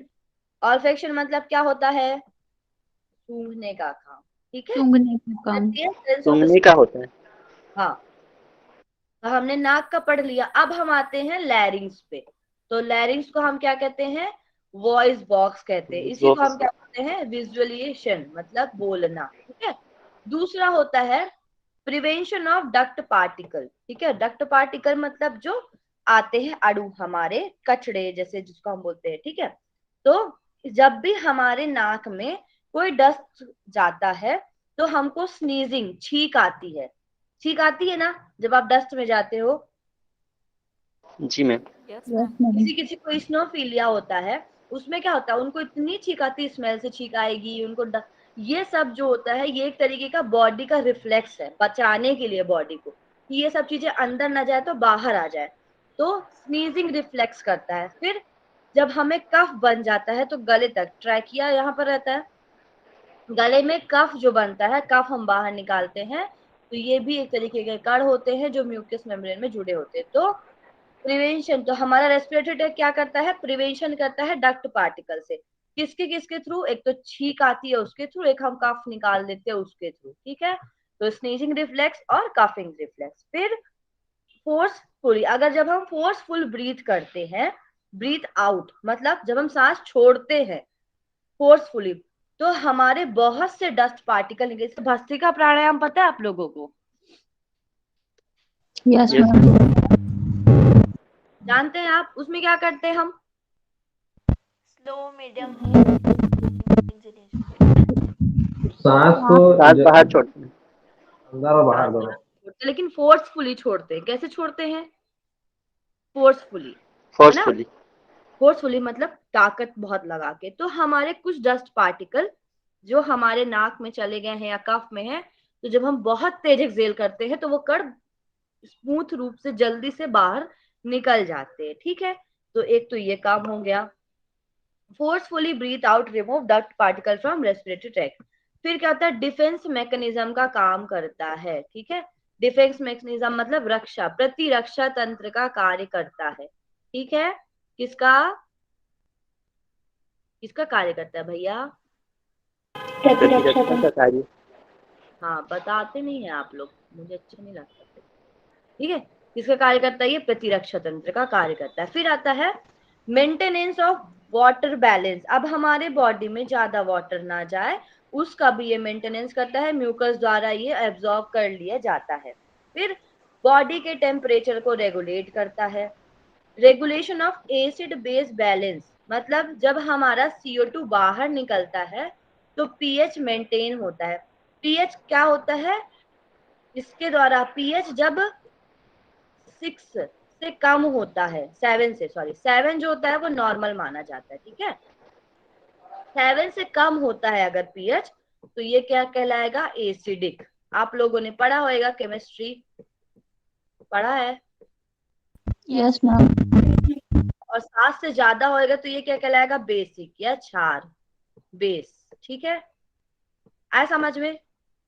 तो ये क्या करता है? हमारे एसिड बेस लेवल को मेंटेन करता है, CO2 को बाहर निकालकर। ठीक है, फिर स्वॉलिंग रिफ्लेक्स। अब मैंने आपको बताया स्वेलिंग हो जाती है, जिसको हम क्या कहते हैं? डेग्लूशिएशन। मतलब जब हम कुछ चीज चबाते हैं और उसको उल्टी या वमन के द्वारा बाहर निकाल देते हैं तो उसको हम बोलते हैं स्वॉलिंग रिफ्लेक्स। ठीक है, ये हो गए हमारे काम, हमारा रेस्पिरेटरी सिस्टम काम क्या करता है। ठीक है, अब मैंने प्लूरा के बारे में आपको बताया था। बताइए प्लूरा क्या है? बताइए भाई। ये स्लाइड ना थोड़ा ऊपर नीचे हो गई है, इसलिए आपको ये प्लूरा, ये जो स्लाइड है ना वो प्लूरा के जस्ट नीचे आएगी। प्लूरा बताइए क्या होता है? मेम्ब्रेन है जो लंग के बाहर पाया जाता है। हाँ, ठीक है, तो प्लूरा जो होता है मेम्ब्रेन होती है। और प्लूरल सेक क्या होता है? ये each lungs is enclosed with pleura contain pleural fluid. तो हमारा जो दोनों लंग होता है वो प्लूरल सेक से जो होता है कवर होता है। ठीक है, दो तरीके का प्लूरा होता है, एक होता है आपका विसरल, दूसरा होता है पेराइटल। ठीक है, विसरल प्लूरा होता है जो लंग से अटैच रहता है। मैंने आपको बताया था ना, विसरल मतलब जो अंदर रहता है। यहाँ लंग के अंदर जाकर लंग को लोब में डिवाइड करता है। ये क्या करता है विसरल प्लूरा आपका? ये फ्लूइड है ना, विसरल प्लूरा फ्लूइड की बात कर रहे हैं हम। ये लंग के अंदर जाता है, ये देखिए यहाँ पर था, मैंने आपको ऊपर वाला डायग्राम दिया था, यहाँ पर आता है और ये 2 पार्ट्स में लंग्स को डिवाइड कर देता है। ठीक है, पेराइटल प्लूरा लंग्स से दूर है और चेस्ट के वॉल के साथ अटैच रहता है। ये यहाँ बाहर साइड पाया जाता है। पेराइटल मतलब जो बाहर होएगा, है ना, और विसरा मतलब जो अंदर पाया जाएगा। ठीक है, समझ में आया? अब मैंने आपको दो चीज बताया था। राइट लंग जो होता है वहां पर 2 फीसर पाए जाते हैं, 2 दीवार पाई जाती हैं, बताया था मैंने। एक दीवार ये है Yes, आपकी और एक दीवार ये है जो इसको 3 कमरे में डिवाइड करती है। तो इसको हम क्या बोलते हैं? इसको हम बोलते हैं हॉरिजॉन्टल फिशर। पहले वाली दीवार का नाम है हॉरिजॉन्टल फिशर, दूसरी वाली दीवार का नाम है ऑब्लिक फिशर। क्या नाम है? हॉरिजॉन्टल फिशर और ऑब्लिक फिशर। ऑब्लिक। 2 फिशर पाए जाते हैं। ऑब्लिक इस तरीके से होगा। हॉरिजॉन्टल क्यों बोलते हैं? क्षैतिज रूप से काटता है, इसलिए इसको हॉरिजॉन्टल कहते हैं। ऑब्लिक क्यों कहते हैं? ये इस तरीके से काटता है नीचे, ठीक है, डाउनवर्ड। तो अब देखो, राइट साइड में हॉरिजॉन्टल भी है और ऑब्लिक भी है, 2 फिशर पाए जाते हैं हमारे। ठीक है, लेकिन लेफ्ट साइड में केवल एक सिंगल फिशर ये दिख रहा है। अब ये बताओ, ये किसके जैसा दिख रहा है? हॉरिजॉन्टल जैसा दिख रहा है या ऑब्लिक जैसा दिख रहा है? Oblique oblique. ऑब्लिक। ठीक है, तो यहाँ जो हमारा लेफ्ट लंग होता है उसमें केवल एक फिशर पाया जा रहा है जिसे हम ऑब्लिक फिशर कहते हैं, ठीक है। यहाँ पर हॉरिजॉन्टल फिशर नहीं पाया जाता। तो एक दीवार है, 2 कमरों को डिवाइड कर दी, वैसे ही यहाँ पर 2 दीवार है जो 3 कमरों में डिवाइड कर दी है। अब फ्लोरल फ्लूइड करता क्या है, तो ये फ्रिक्शन से बचाता है। अगर हमारा हमारा यहाँ पर फ्लूइड नहीं होता तो लंग्स जल्दी इंजर्ड हो जाते, इसलिए ये फ्रिक्शन से या घर्षण से बचाता है, कोलैप्स नहीं करने देता, ठीक है। हमारे लंग्स एक दूसरे से जुड़ नहीं पाते इनके वजह से, अगर ये ना रहे तो ये दोनों जुड़ जाएंगे। लंग हमेशा चेस्ट वॉल के सामने बने रहते हैं। अब अगर यहाँ पर फ्लूइड नहीं होता तो अगर मैं इन्वर्टेड पोस्चर करती, शीर्षासन करती, तो मेरा लंग तो ब्रेन में आ जाता, नीचे आता कि नहीं आता, बताओ। Yes ma'am. है ना, तो ब्रेन में आया था, मेरी किडनी नहीं निकल के मुंह में आंख में आ जाती, होता कि नहीं होता। ऐसा क्यों नहीं होता भाई इन्वर्टेड पोस्चर करने में, बताओ। क्योंकि वहां पर सबको प्रोटेक्ट करने के लिए एक एक कैविटी, एक एक फ्लूइड्स पाए जाते हैं, ठीक है। फ्लूइड होता है वो उसको खिसकने नहीं देता वहां से। अगर ऐसा हुआ तो हम लोग हिलते डुलते रहते, कहीं इधर खिसकता कहीं उधर खिसकता, लंग्स इधर चला जाता, किडनी उधर चल जाती, सबका चेंज हो जाता, ठीक है। लेकिन ये खिसकने नहीं देता, तो चेस्ट वॉल के सामने रखता है, इंजरी से बचाता है, ठीक है। ये हो गया आपका। नेक्स्ट हम चलते हैं, ये क्या हो जाता है,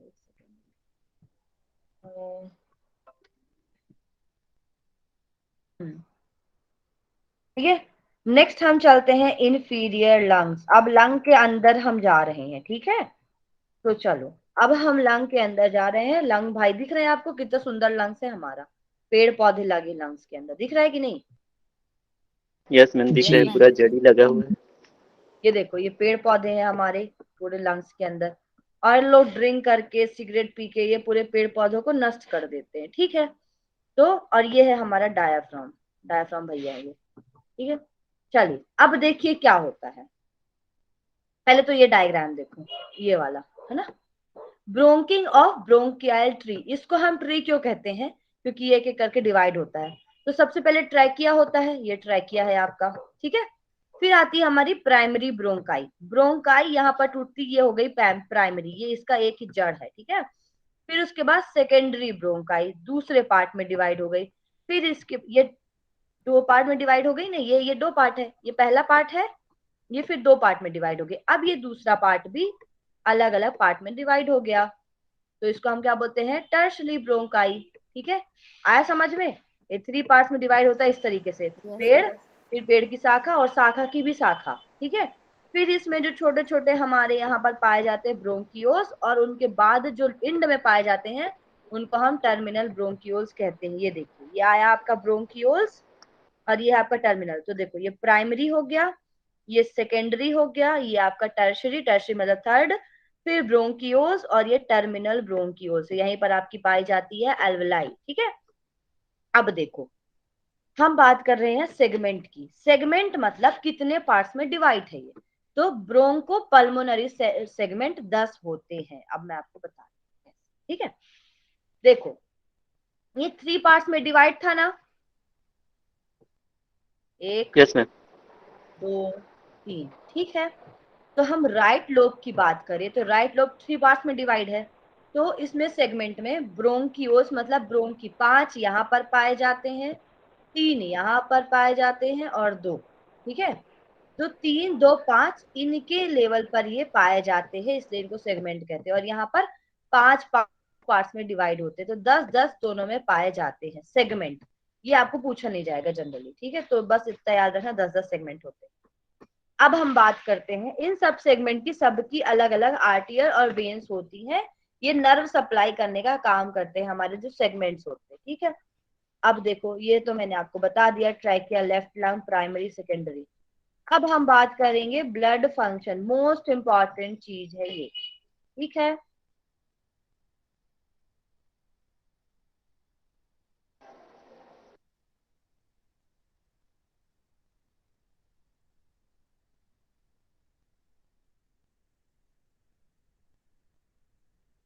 हेलो, आवाज आ रही मेरी? Yes ma'am. जी। तो चलिए अब ब्लड सप्लाई कैसे होता है उसकी हम बात करने जा रहे हैं, है ना। देखो, तो ये आपका लंग्स है, ठीक है, ये लंग दिख रहे हैं ना दो, और ये क्या है आपका हार्ट है, दिखा। Yes hello, ma'am. जी मैम, जी मैम दिख रहे हैं। ये वाला आपको काम आएगा आपके सर्कुलेटरी सिस्टम में भी, ठीक है। देखो, हमारी बॉडी में ऊपर भी ब्लड होता है, नीचे भी ब्लड होता है, हार्ट तो बीच में होता है कि नहीं होता है? जी।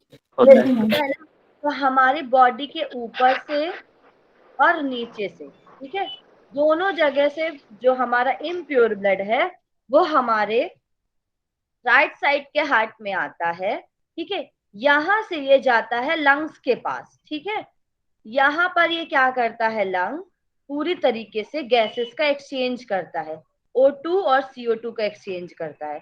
तो जो ये एक इम्पॉर्टेंट चीज है, हमारे सारी आर्टरी में कैसा ब्लड पाया जाता है, आर्टरी जिसको हम कहते हैं उसमें कैसा ब्लड पाया जाता है? ऑक्सीजनेटेड। ऑक्सीजनेटेड या फिर रेड ब्लड पाया जाता है, जिसमें ऑक्सीजन की प्रेजेंस रहती है।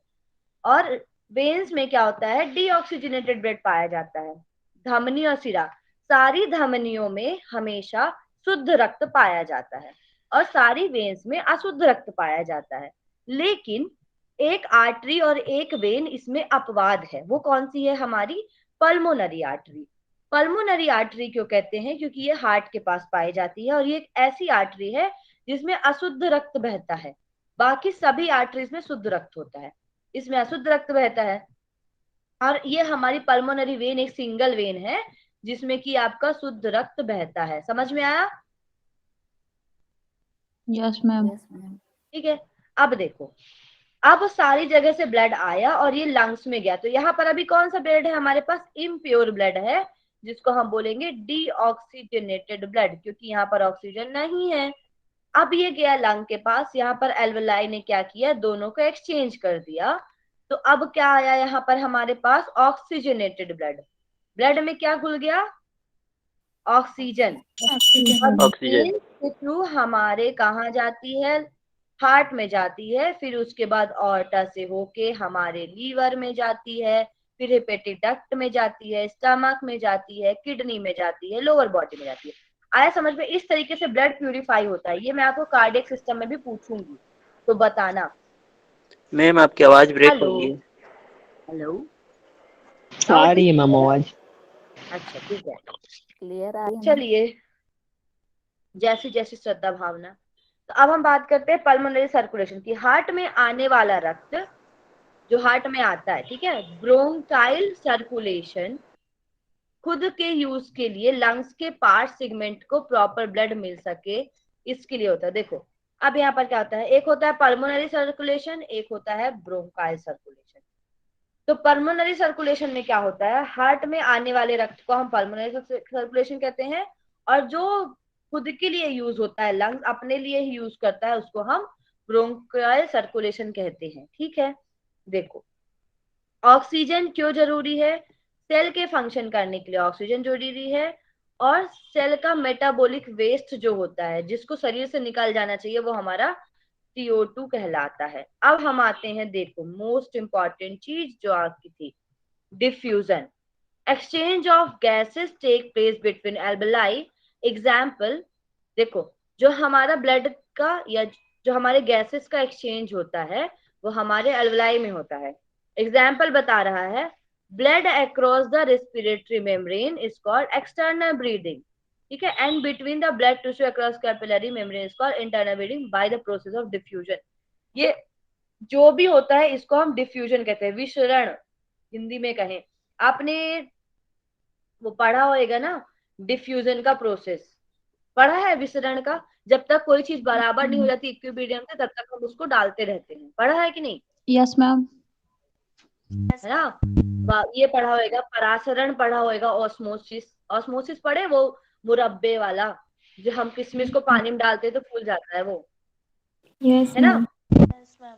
ऐसे ही डिफ्यूजन होता है। डिफ्यूजन आपसे पूछा जाए, श्वसन किस प्रोसेस के द्वारा होता है, ठीक है, गैसेस का एक्सचेंज किस प्रोसेस के द्वारा होता है? तो वो होती है आपकी डिफ्यूजन के द्वारा। डिफ्यूजन क्या होता है?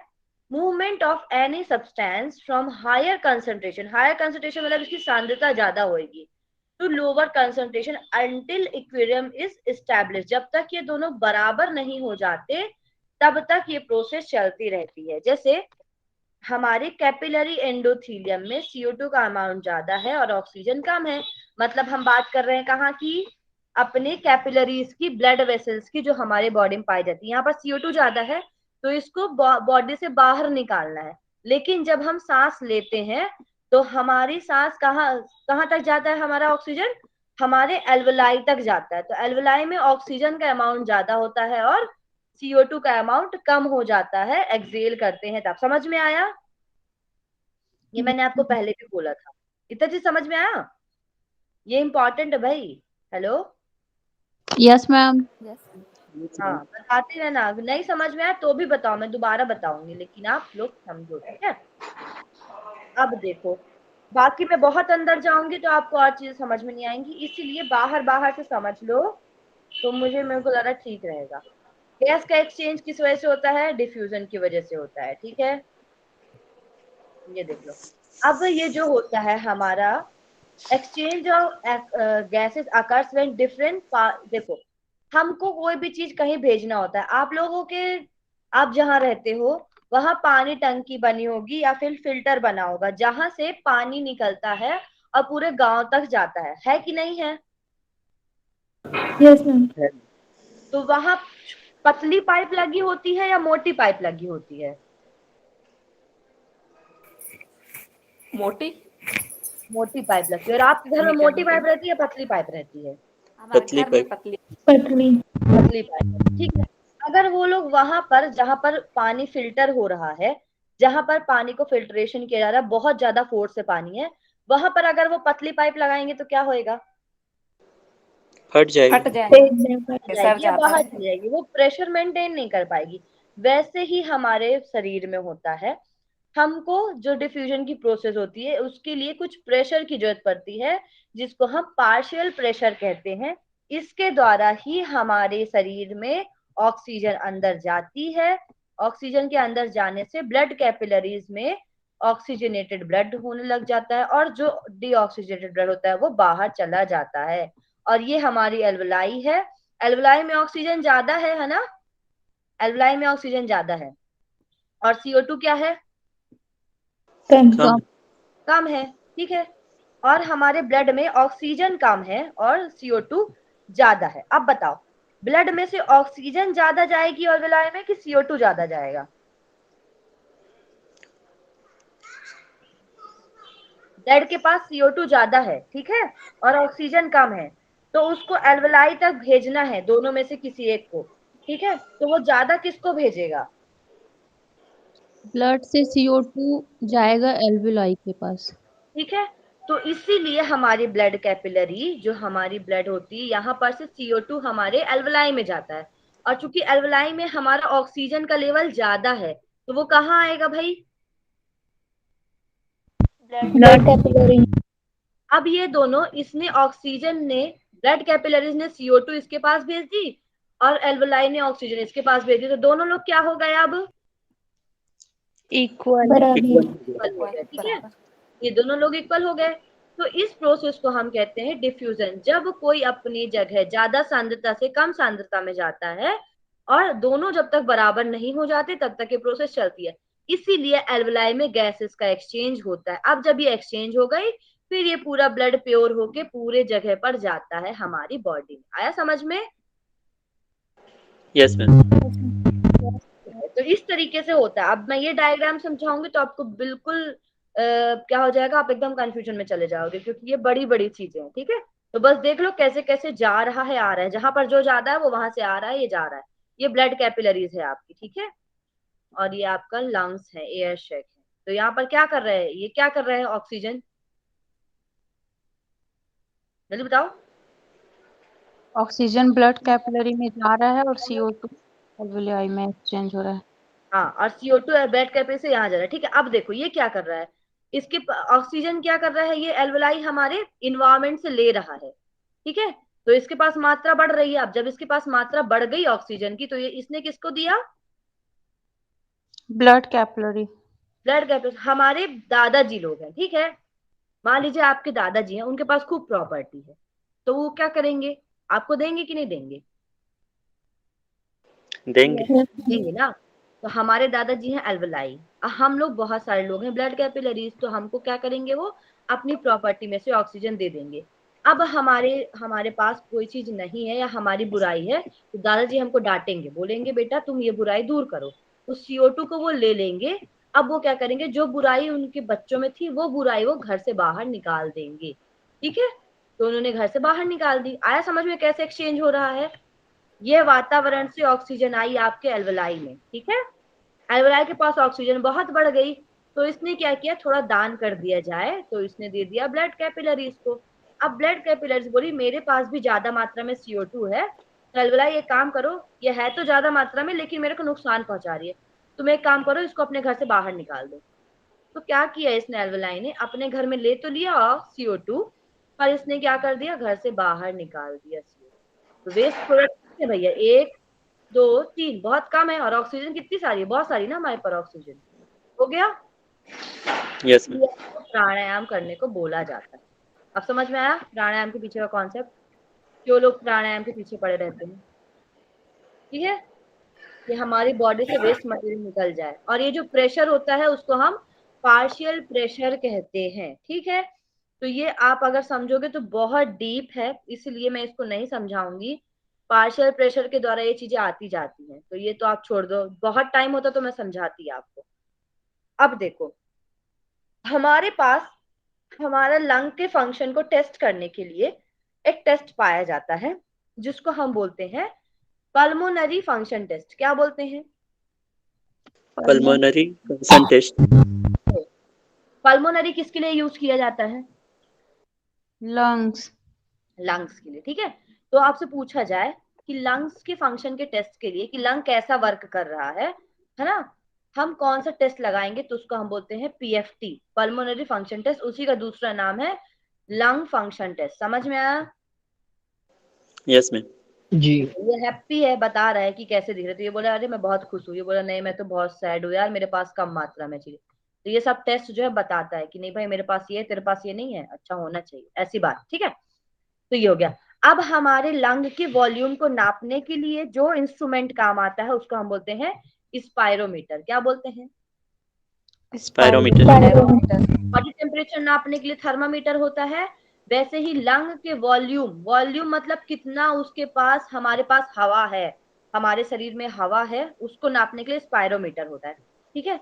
मैं आपको बताऊंगी। देखो इसमें क्या होता है, स्पायरोमीटर में एक कितना बड़ा इंस्ट्रूमेंट होता है, उसमें 3 बॉल होती है छोटी छोटी, ठीक है।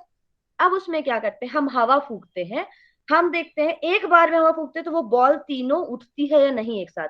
तो मैंने हवा फूकी, ठीक है, और तीनों बॉल एक करके, बॉल बॉल प्लास्टिक की रहती है, प्लास्टिक छोटी छोटी बॉल रहती है, वो उठ जाती है अगर तीनों एक साथ और स्पीड में, तो मतलब आपकी वॉल्यूम ज्यादा है, आपका श्वसन अच्छा है। लेकिन अगर आप के फूकने पर वो तीनों बॉल एक साथ नहीं उठती है, तो इसका मतलब हुआ आपका श्वसन अच्छा नहीं है। तो उसको हम, वो इंस्ट्रूमेंट का नाम क्या है?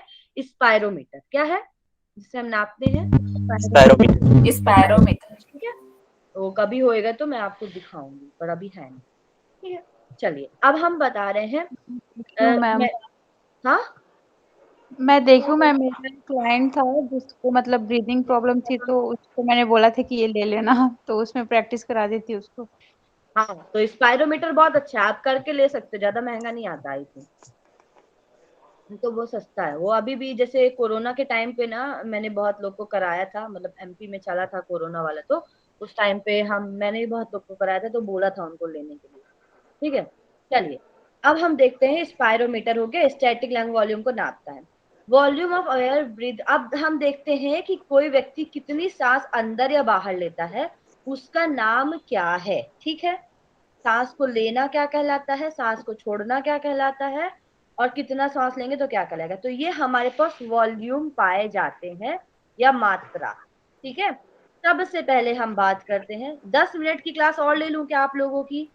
ये वॉल्यूम कंप्लीट हो जाएगा या Yes, फिर आज ma'am. चैप्टर बन कंप्लीट हो जाएगा। जाएगा? है? बन जाएगा। आप लोग की क्लास है 2:30 बजे? Yes yes ma'am. मैम। अच्छा, तो भूख तो लगी रही होगी कि रेस्ट करना? ले लो मैम, ले लो, कोई दिक्कत नहीं। ले लो ना, क्योंकि 4 बजे वाली क्लास तो लेती ही नहीं हूँ, तो यही क्लास लेके अच्छे से आप लोग का कंप्लीट करूँ। ठीक है, चलो। अब आता है आपका टीवी, जिसको हम टाइडल वॉल्यूम कहते हैं। देखिए, हम जब भी सांस लेते हैं, अरे तो ट्रेन, एक सेकंड रुक जाओ। हम जब भी सांस लेते हैं तो उसके लिए कुछ ना कुछ मात्रा होती है, तो उसको 4 पार्ट में डिवाइड किया गया है। अब देखो, जब आप सामान्य सांस लेते हो, ठीक है, तो सामान्य व्यक्ति जो रेस्टिंग स्टेट पर श्वास सामान्य रूप से लेता है और सामान्य रूप से बाहर निकालता है, उसको हम कहते हैं टाइडल वॉल्यूम। जैसे मैं अभी बैठी हूँ, आप लोग बैठे हो, हम सांस ले रहे हैं, छोड़ रहे हैं। अब सांस रुकी थोड़ी है, ले रहे हैं, छोड़ रहे हैं ना सब लोग सांस, है ना? या ma'am. Yes yes ma'am. Ma'am. तो हम जो सांस ले रहे हैं, छोड़ रहे हैं सामान्य रूप से, वो होती है, उसकी मात्रा होती है लगभग 500 ml। कितनी होती है? 500 500 ml। ठीक है, अब देखो 500 ml हमने सांस तो ली, अब उसमें से कुछ श्वास हमारे ट्रैकिया और ब्रोंकाई तक ही रह जाती है। कितनी? 150 ml हमारे ट्रैकिया तक रह गई, और एल्वोलाई तक कितनी पहुंचती है? 350 ml 350। पहुंचती है।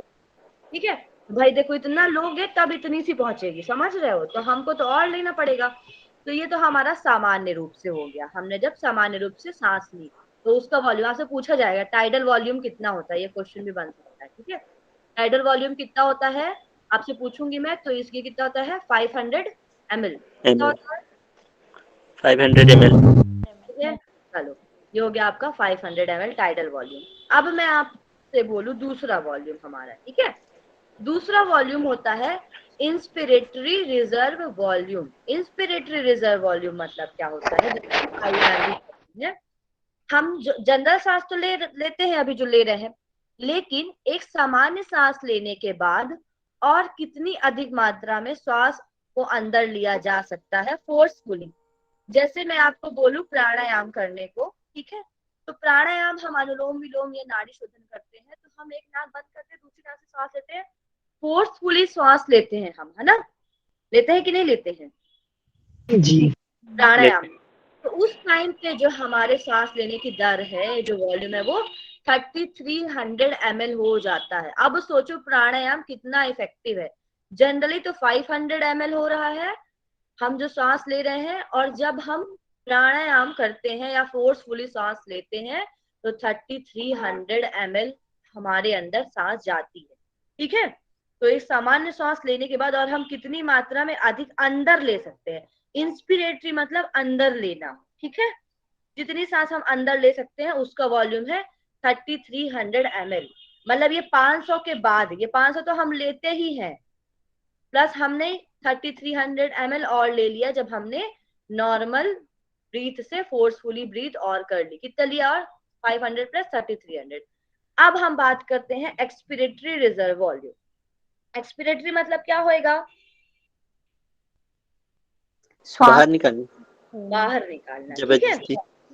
तो फोर्सफुली जब हम सांस को बाहर, सामान्य रूप से तो 500 निकलती ही है, 500 अंदर आएगी, 500 निकलेगी, लेकिन जब हम फोर्सफुली करते हैं तो कितनी निकलती? 1000। तो आ कितनी रही है हमारे पास? 3300 ml, और निकल कितनी रही है? 1000। 1000। 1000। तो हमको फायदा हो रहा है, घाटा हो रहा है? फायदा हो रही है। फायदा हो रहा है ना भाई। कितना आ गया? 500 प्लस 33, ये तो हमारे अंदर आ गया। ठीक है, अब हम बात करते हैं रेसिडुअल वॉल्यूम। ये ऐसा वॉल्यूम होता है, चाहे आप जितना भी सांस निकाल दो बाहर, ठीक है, आप चाहे एकदम फेफड़ा निकाल के बाहर कर दो, फेफड़ा तो नहीं निकालेंगे, आप सांस जितना भी बाहर निकाल दो, कुछ वायु हमारे फेफड़े में रहती ही है। ठीक है, ये ऐसी वायु जो हमारे बॉडी में रहेगी, यह वायु रहनी आवश्यक है। अगर ये नहीं रहेगी तो हमारे फेफड़े आपस में चपक जाएंगे। तो ये रेसिडुअल वॉल्यूम कितना होता है? 1200 ml। तो ये पहले से ही रहता है हमारे फेफड़े में। कितना? 1200 ml। तो रेसिडुअल वॉल्यूम कितना हो गया? 1200 ml। ठीक है, तो ये क्या है 500? जल्दी बताओ, कौन सा वॉल्यूम है ये? टाइडल। PV, ठीक है, टाइडल वॉल्यूम। फिर है 3300 क्या है हमारा, इंस्पायरेटरी। का हमने फोर्सफुली लिया इन्हें, IRV, ठीक है। और ये क्या है हमारा 1000, हमने फोर्सफुली सांस से बाहर निकाला। अब जो हमारे शरीर में रहता ही है हमेशा, उसको हम क्या बोलते हैं, RV, ठीक है। देखो इसको आप कैसे याद कर सकते हो, ये RV यहाँ पे भी था, लेकिन ये रिजर्व है जो हमने लिया, और ये भी RV यहाँ पे था। ये केवल RV बच रहा है, मतलब रेसिडुअल वॉल्यूम, जो हमेशा हमारे बॉडी में रहता ही रहता है, ठीक है। अब देखो ये हमारे टोटल लंग की कैपेसिटी है, यहाँ पर आपको दिख रहा होगा। ये वाइटल लंग कैपेसिटी है, मतलब हम जितना ले सकते हैं। तो इसमें कौन कौन सा आता है, इंस्पिरेटरी और एक्सपिरेटरी। वाइटल मतलब हम अपना फोर्सफुली कितना लें, ठीक है। और सामान्य, तो ये हम इतना ज्यादा इंस्पिरेशन, इतना ज्यादा हम ले सकते हैं। ये वाला कर्व ज्यादा है कि ये कर्व ज्यादा है, जल्दी बताओ। ऊपर वाला कर्व ज्यादा है या नीचे वाला, इंस्पायरेशन ज्यादा है। ऊपर वाला, मतलब हम ज्यादा सांस ले सकते हैं, इंस्पिरेटरी रिजर्व वॉल्यूम हमारा ज्यादा है, ठीक है। और एक्सपिरेटरी रिजर्व वॉल्यूम कम है, मतलब 1000 हम निकालेंगे कितना भी तो भी हमारा 1000 ही निकलेगा। और ये हमारा सामान्य, यहां से लेके ये तो सामान्य रहता ही रहता है, ठीक है। तो ये सामान्य है, इसको हम क्या बोलते हैं, क्या बोलते हैं भैया, टाइडल वॉल्यूम, ठीक है। अब इन सब के बाद, ये तो हमारी वाइटल कैपेसिटी हो गई जो हम एक्स्ट्रा लेते हैं। इन सब के बाद हमारे पास जो हमेशा रहता है, हमारा सज्जद, हमारा हितकारक, ये है हमारा रेसिडुअल वॉल्यूम। बाकी लोग तो आते जाते रहेंगे, लंग्स का कहना है बाकी लोग तो आते जाते रहेंगे, भैया हमारे पास अपने पास भी तो कुछ होना चाहिए। तो रेसिडुअल वॉल्यूम बोलता है भाई तू चिंता मत कर, मैं तेरे साथ हूँ, ठीक है। तो रेसिडुअल वॉल्यूम हमेशा उसके साथ है। अब हम आते हैं नेक्स्ट, ये तो छोड़ो। देखो स्टैटिक लंग कैपेसिटी क्या होती है, जितना दोनों लंग को मिलाकर जो वॉल्यूम होता है उसको हम बोलते हैं स्टैटिक लंग कैपेसिटी। ये इतना इंपॉर्टेंट नहीं, ठीक है। अब इसका जो इंपॉर्टेंट है, टोटल लंग कैपेसिटी कितनी है। तो 500 हमारा टोटल, मतलब TLC, ठीक है, टोटल लंग वॉल्यूम, जितना सम ऑफ ये। तो 500 TV हो गया, 3300 IRV हो गया, ERV 1000, 1200 RV, तो ये 6000 होता है, ठीक है। अभी आपने पढ़ा था किस में होता है ये 6000, दोनों मिला। फीमेल्स में 4200 समथिंग था। तो ये इनकी मात्रा थोड़ा बहुत कम ज्यादा होती है, ये आइडियल बताया गया है, लेकिन यहाँ पर ऊपर मेल के लिए लिख दिया गया। तो 6000 वायु धारिता व्यक्ति की होती है, ठीक है। 6000 टोटल आया समझ में। Yes ma'am. अब देखो वाइटल कैपेसिटी की बात कर रहे हैं। वाइटल कैपेसिटी मतलब रेसिडुअल को हटाकर, जो हमारे अंदर रहता है उसको हटाकर, अधिक से अधिक श्वास अंदर लेने के बाद कितनी श्वास को अधिक से अधिक बाहर निकाला जाता है, इसको हम वाइटल कैपेसिटी कहते हैं। तो इसमें आपका RV तो होएगा नहीं, RV को यहाँ पर इन्होंने क्या कर दिया, माइनस कर दिया, ठीक है। तो RV कितना था भैया, जल्दी बताओ। 1200 ml। 1200, क्योंकि ये हमेशा रहता है। यहाँ पर बात चल रही है वाइटल कैपेसिटी की, मतलब जिसको हम ले सकते हैं अपनी अपनी मेहनत से, हमने जो किया है। तो हमारी मेहनत से कितना आया हमारे पास, 4800 रुपीज, ठीक है। अब आपके पापा ने आपसे बोला बेटा मेरे पास 1200 रुपए है, तेरे पास कभी ना रहे तो तू मेरे से ये ले लेना। तो 1200 रुपए हमारा बैकअप प्लान तो है, लेकिन हमने अपने जो कमाया वो हमारा 4800 ml, ठीक है। तो 1200 रखे रहना, पापा बोलते बाकी अपने से कमा के ला।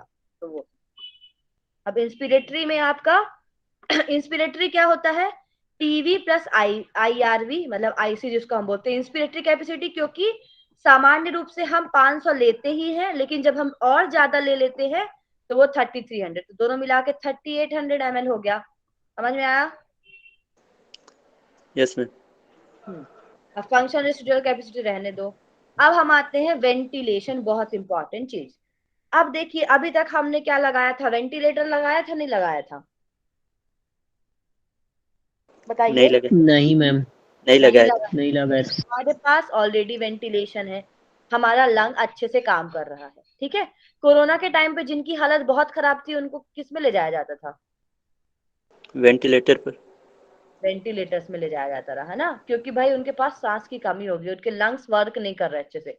लेकिन हमारे पास हमारा अपना ओन अच्छा वेंटिलेटर है, हम योगा वाले स्टूडेंट हैं, हम चाहे तो और अच्छा वर्क करा सकते हैं इसको, ठीक है।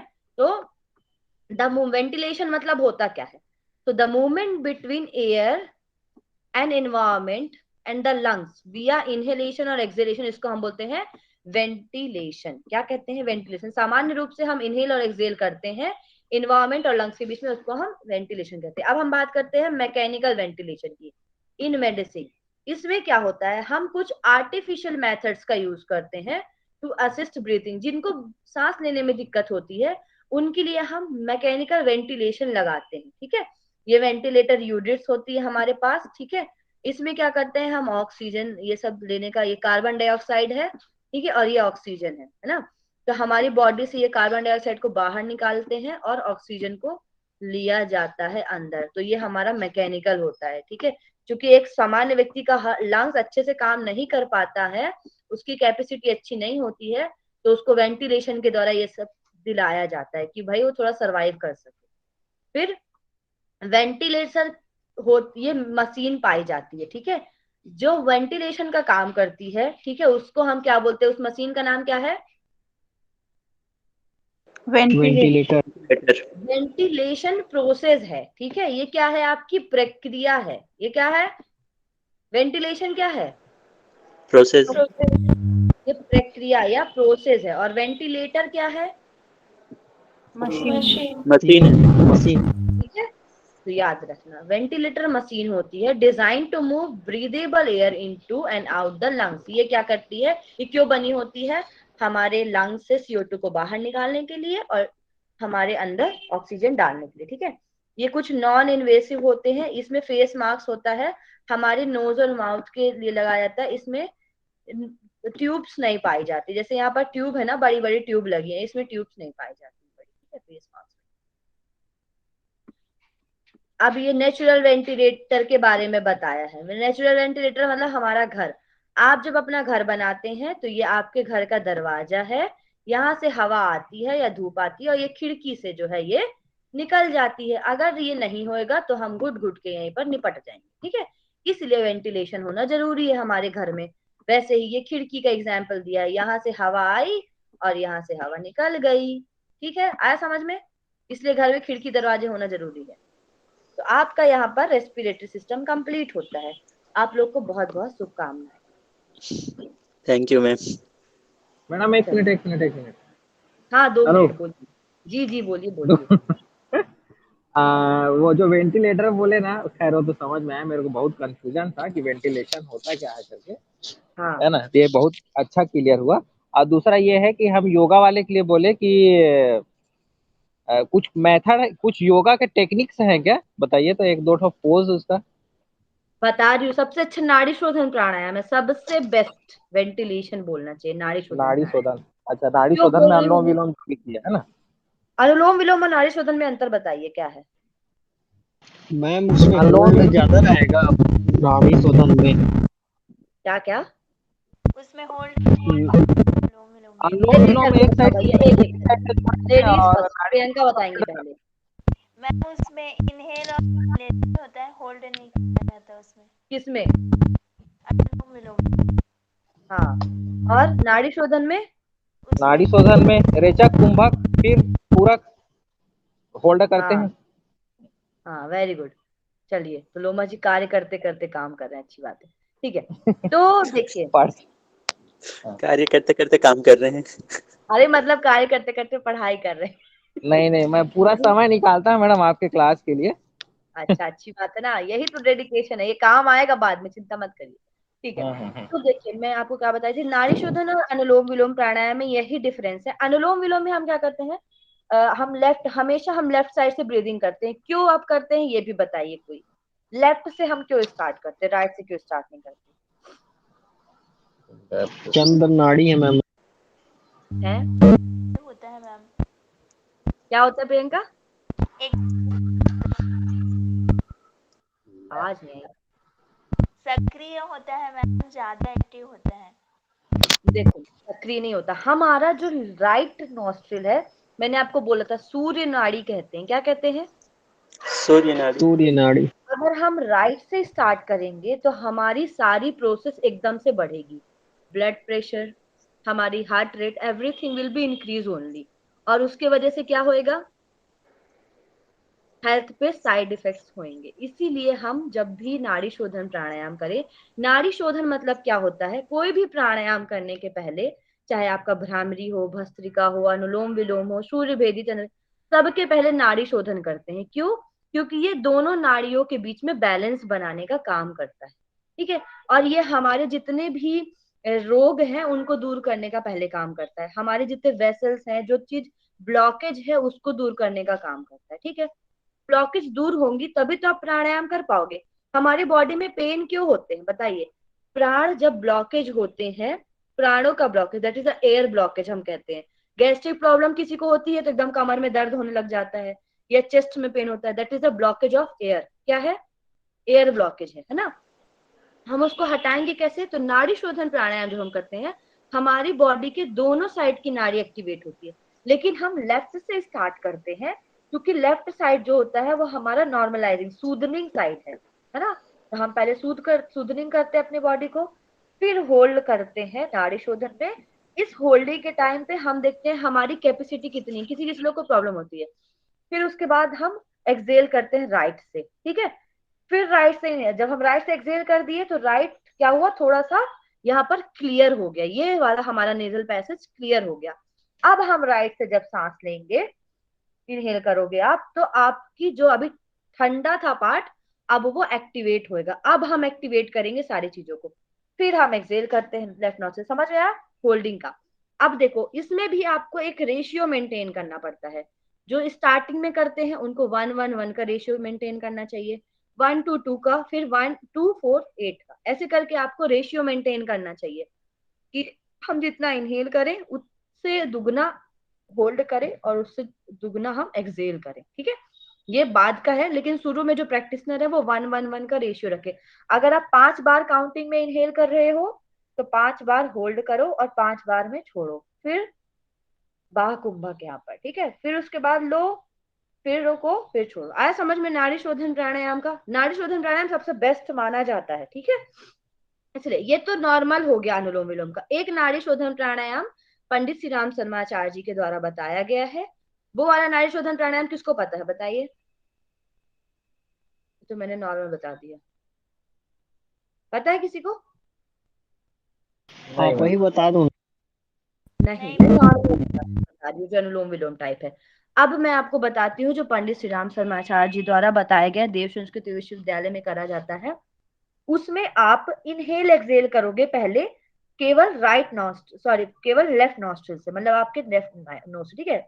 सांस लिए, छोड़े, फिर लिए, छोड़े, फिर लिए, छोड़े, 3 बार सांस लेना है, छोड़ना है। ये तो हो गया आपका एक साइड से, हमारे लेफ्ट साइड से। फिर हम लेफ्ट को बंद करते हैं, राइट से 3 बार आपको सांस लेना है, फिर दोनों को बंद करना है सांस लेके, मतलब सांस थोड़ा नाक खोलना है आपको, सांस लेना है डीप इनहेल, नाक बंद, और आपको माउथ से एक्सहेल करना है। ये प्रोसेस ये बहुत बेस्ट माना जाता है, ठीक है। क्योंकि हम इसमें क्या करते हैं, इसमें भी एक्सहेल इनहेल करते हैं, लेकिन इसकी इंटेंसिटी ज्यादा हो जाती है, तो ये भी बेस्ट माना जाता है। आया समझ में इतना? इसमें होल्ड नहीं जी करते मैम। ना मैडम? तो हाँ? एक नाक से लेना है, छोड़ना है, फिर दूसरा नाक से लेना है, होल्ड छोड़ना किए जो मैम ने होल्ड करके बताया। होल्ड किया है मैंने, एक नाक से आप लोगे, होल्ड, छोड़े, आपको नाक बंद नहीं करनी है, होल्डिंग लेकिन रखनी है, है। ठीक ठीक ठीक ठीक। बट फ्यू सेकेंड की होल्डिंग होती है यहाँ पर। ये उनके लिए है जो प्रैक्टिशनर बिगनर्स हैं, ठीक है, जिनको होल्डिंग में प्रॉब्लम होती है उनके लिए है ये, ठीक है। अब इसमें मैं होल्डिंग आपको कहाँ बताई, जब आप नाक से सांस ले रहे हो, जब 7th स्टेप है जो आपका, सांस लिए छोड़े, सांस लिए छोड़े, 3 बार ये, 3 बार ये। फिर आप क्या करोगे, दोनों नॉस्ट्रिल खोलोगे, फिर दोनों बंद करोगे, ये आपका कुंभक है। फिर आप माउथ से छोड़ोगे अपनी, ठीक है। तो ये आपका नाक है। तो इतनी चीजें हैं, आप चीजों को प्रैक्टिकली भी देखो, है ना। मैम मेरे को एक चीज पूछना था। जी पूछिए, एक सेकंड मैं थोड़ा रिकॉर्डिंग ऑफ कर दूं, टाइम हो गया। पूछिए। मैम जैसे आपने बताया बहुत चीज के हिंदी में नाम नहीं है ऐसा बोला,